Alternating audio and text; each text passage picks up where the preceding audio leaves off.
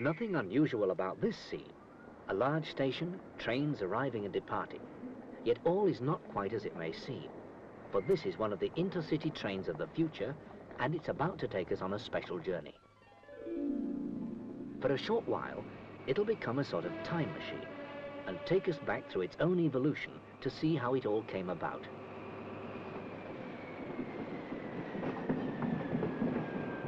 The designers set out to improve rail travel in every way possible. The new trains were to be more comfortable, faster and more efficient to operate than ever before. And to make sure, they brought in signal and track engineers, drivers and maintenance men, accountants and caterers. In fact, everyone who would have to do with operating the trains. And their demands added up to a set of specifications which were not easy to attain.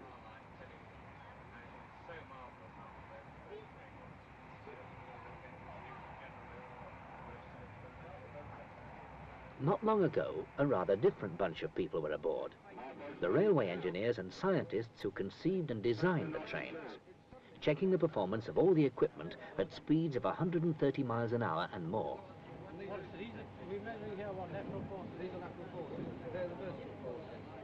Part of the philosophy which had guided them was to design the whole train as a series of modules, from buffet car trays to the power cars themselves and everything that went into them, so that every part could be quickly replaced to reduce maintenance time and cost. And there she is, the result of a planning and building operation which took diligent note of every specialist view. A unique engineering concept which has now become a reality, compatible with every aspect of passenger train operation. To achieve still greater reliability, tried and proven equipment has been used, but much of it was developed further to increase power or performance. The main engines are a case in point. Based on the success of an earlier engine, many parts have been redesigned to withstand higher engine output. The single crankshaft of the V engine is coupled to the main rotor of the alternator. The diameters of the crank pins and journals have been increased, and the use of disc crank webs now provides a shorter, stiffer crankshaft. The connecting rod assembly has been strengthened, and the new pistons have a simpler ring layout which promises longer life and lower oil consumption.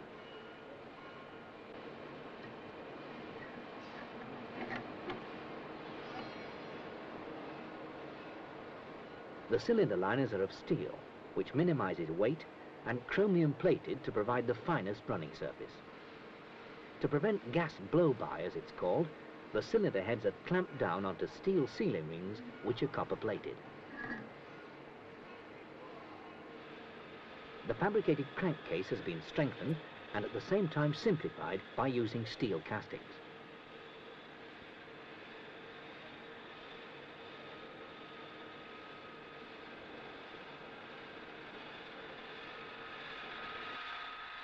The water-cooled manifold fits into the V of the engine, and this forms an ideal mounting for the turbocharger. Exhaust gases pass from the cylinder outlets to the turbine inlets through the exhaust manifolds. The water cooling improves reliability and minimizes any fire hazard. The earlier engine had one block-type fuel pump for each bank of cylinders, the 6 injector pipes being of different shapes. The higher power of the new engine called for a higher fueling rate, and this has been achieved by the use of individual and identical pumps for each cylinder. The new pumps and injectors were tested for 10,000 hours before being accepted as satisfactory. The redesigned engine had to be compact and light enough to fit into the limited space, and such compactness can lead to maintenance problems. But ingenious design has achieved a neat balance between all the factors involved. The result of all the development work is the Valenta, a V12 engine which develops 2,250 horsepower. There are 2 of these engines on every train. All components are tested during manufacture, but the real test comes when all the parts are brought together as an engine. Each engine is tested for 15 hours, during which every aspect of its performance is measured.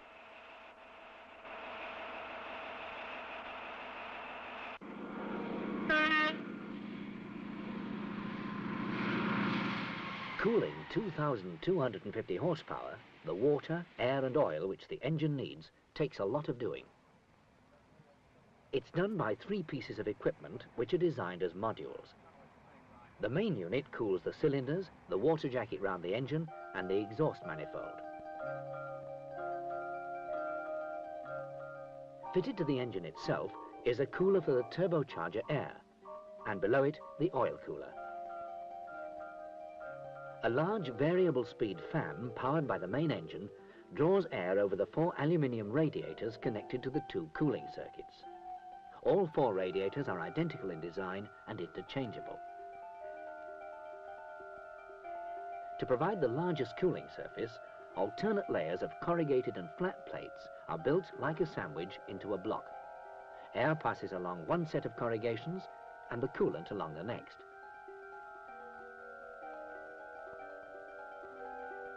During the manufacturing process, all points of contact become braced together. These are then treated with a resin to avoid corrosion when in use. The 2 cooling circuits work like this. The engine-mounted pump circulates the coolant through the primary circuit to the engine. It returns through a thermostatic bypass before passing to the 2 upper radiators. At the same time, a pump driven from the gearbox passes the coolant through the 2nd circuit, to the turbocharged cooler and oil cooler, and back to the lower radiators.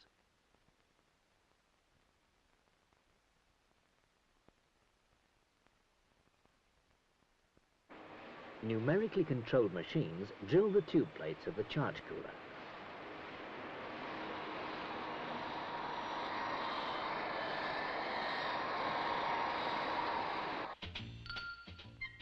Rectangular fins through which the tubes will be threaded are pressed out of copper strip. These are stacked and aligned to ease the threading of the tubes.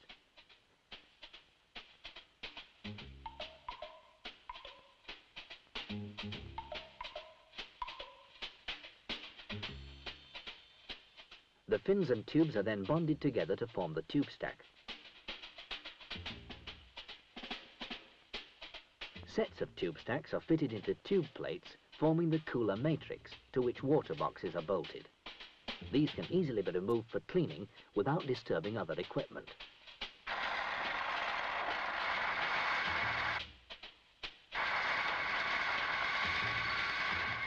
This is the unit which cools the engine oil. The coolant flows through the tubes, whilst the engine oil is guided over them by sets of baffles.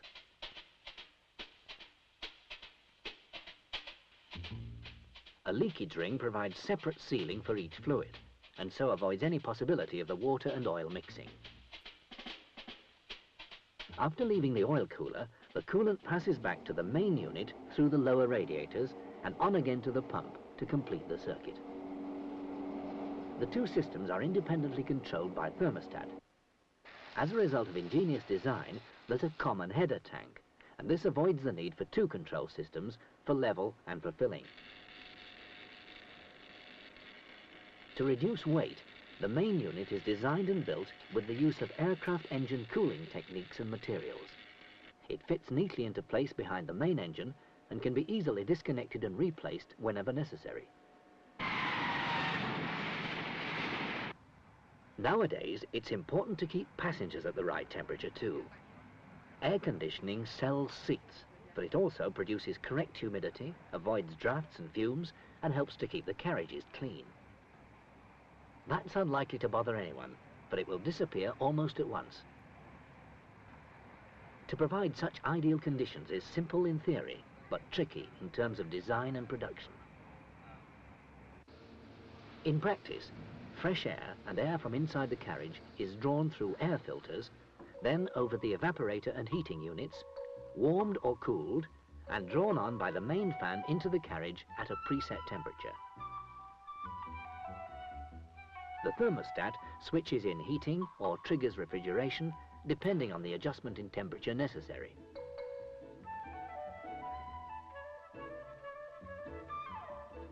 The units are self-contained and include a compressor, a condenser, an evaporator, a fan, a 24 kilowatt heater, and the electrical control panel, which operates automatically depending on the demands of the thermostat.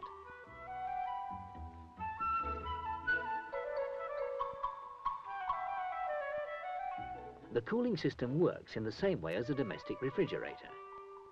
Gas first flows through the compressor, which raises its temperature. The hot gas passes onto the condenser, where it gives up its heat to air drawn over it by the fan. The gas then condenses to become a low-temperature liquid as it expands in the evaporator. Air is drawn over the evaporator and returns to the coach, cooler and with a lower moisture content.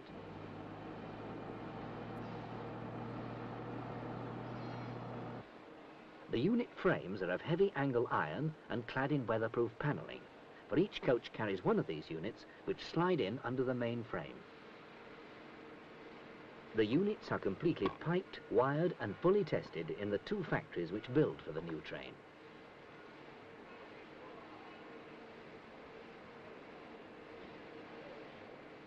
The electrical controls are carried on 3 insulated panels which fit into the main frame.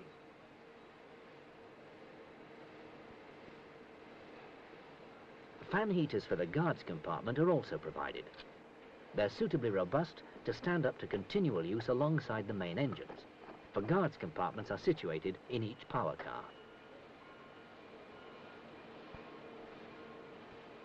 Miniature air conditioning units are also fitted to each driving cab.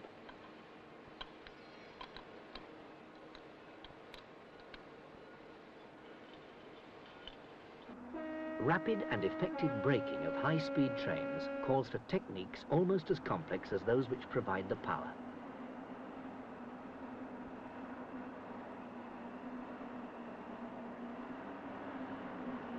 Under the driver's brake handle is an electronic control which provides him with 7 different degrees of braking.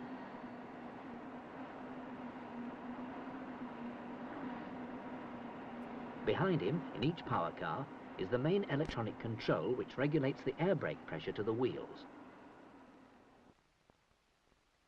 Brake demand is carried by coded impulses along 3 wires which run the length of the train.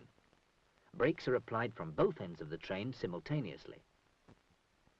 There are only 7 electrical and 1 pneumatic connection to each controller. Each controller produces a 7-step digital code proportional to the brake handle position. This is in the form of energization or not of the 3 wires.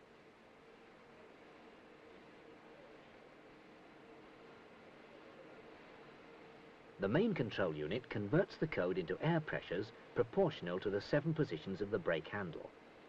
This control module is easily replaceable, for it has only 4 pneumatic connections, including exhaust, and 9 electrical connections.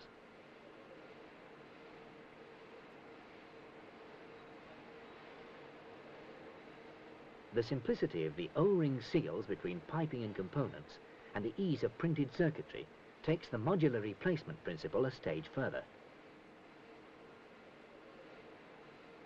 This system provides a greatly improved control of the brakes while reducing the complexity of pipework and valves necessary with conventional brake systems. These disc brake assemblies, which provide the ultimate stopping power, are subjected to precise and grueling tests on what is probably the most powerful dynamometer rig in Britain. The flywheels are connected to the same shaft as the wheel and disc under test, and represent the speed and mass equivalent of the vehicle to be braked. This machine can simulate a mass up to 32 tons per wheel and up to speeds of 250 kilometers an hour. Sophisticated instruments record the brake test results. Here, the brake is being actuated pneumatically, as it is on the vehicle itself.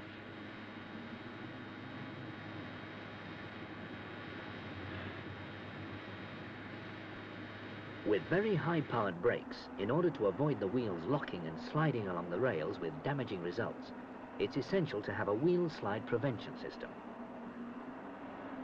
This system is made up of 2 basic units.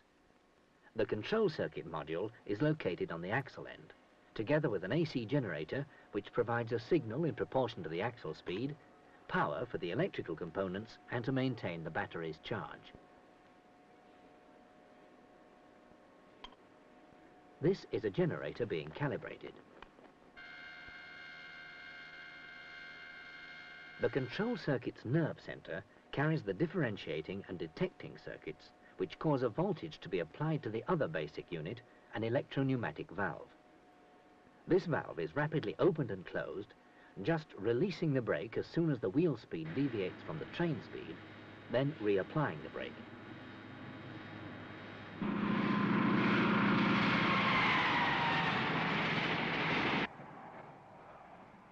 Electricity is necessary for many purposes apart from power to drive the train.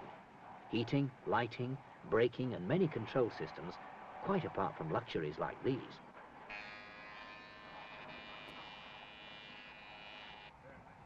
It's all provided by two alternators driven by the main engines. This is the complete rotor of the main and auxiliary alternators, which will be coupled to the engine crankshaft. The main rotor carries 12 magnets or pole bricks, each of which is fixed to the hub with steel studs. The other end of these studs are screwed into bars in the magnets.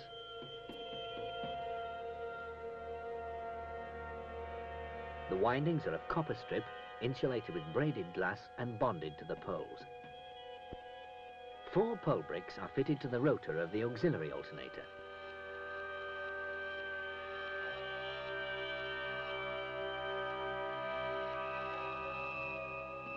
Next to the alternators are the brushless exciters and the rotating rectifiers. This is one of the main advantages of an alternator over a generator. No brushes are involved, and therefore there's no electrical contact. Since the link is magnetic, mechanical wear and tear is avoided and maintenance reduced accordingly.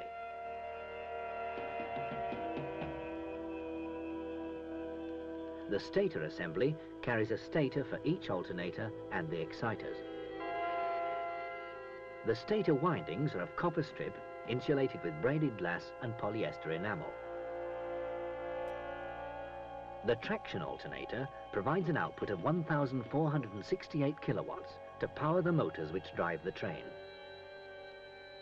The alternators, together with the rectifiers, traction motors and control equipment, represent a complete electrical propulsion package for the train.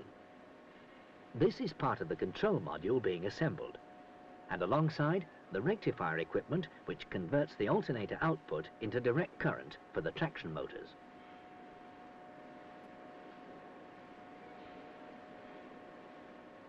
There are 4 of these motors on every power car. The traction motors combine strength with relative lightness and are designed for easy maintenance and speedy replacement when necessary.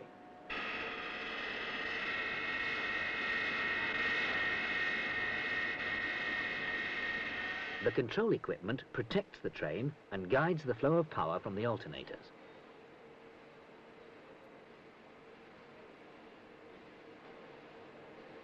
These modules contain electronic regulators which control this power. One is the load regulator, another the voltage regulator, and so on. Each plug-in module is easily replaced and interlocks with the rack to ensure correct location. The locking device prevents accidental disconnection due to shock or vibration and doubles as a handle.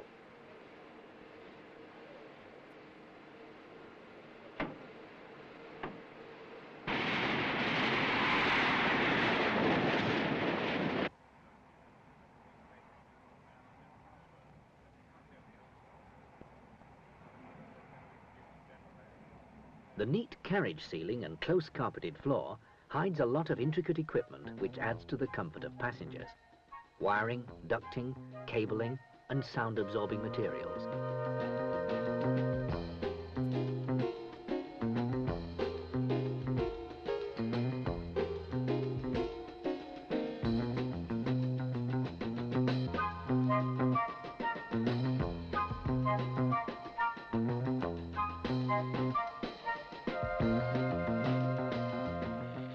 At the Derby Carriage Works, the body side framing, roof and end framing for the carriages are formed on separate jigs and welded together.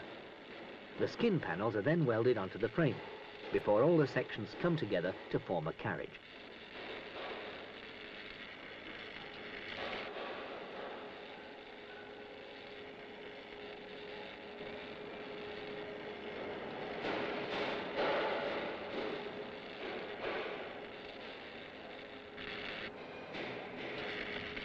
In another shop, the carriage interiors are fitted out with all the equipment which helps to make the railway the most comfortable way of travelling.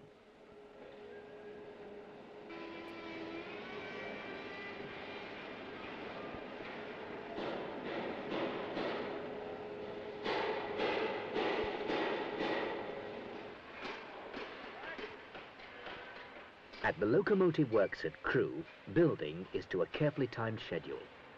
At 14 construction berths, a power car is being assembled, each a little further advanced than the last.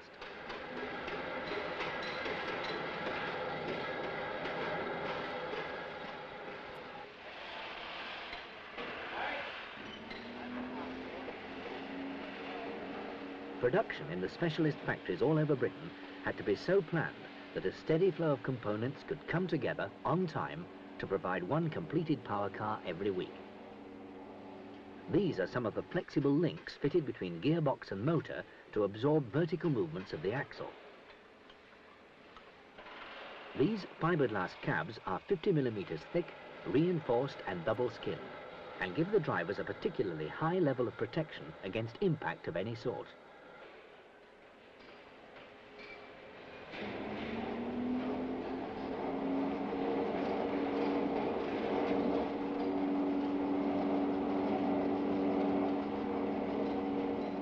And so the great project goes ahead. 27 complete 7-coach trains, including catering cars, in the first order, together with spare power cars or modules to attach if necessary.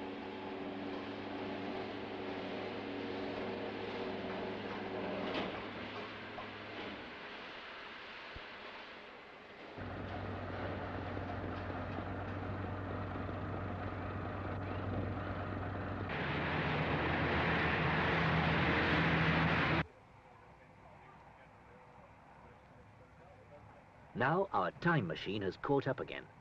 Like any good train, it's back in the present and on time. The new trains, designed by railway engineers and built in British factories and the workshops of British Rail Engineering, prove once again that Britain is as capable as ever to meet a major engineering challenge and to succeed.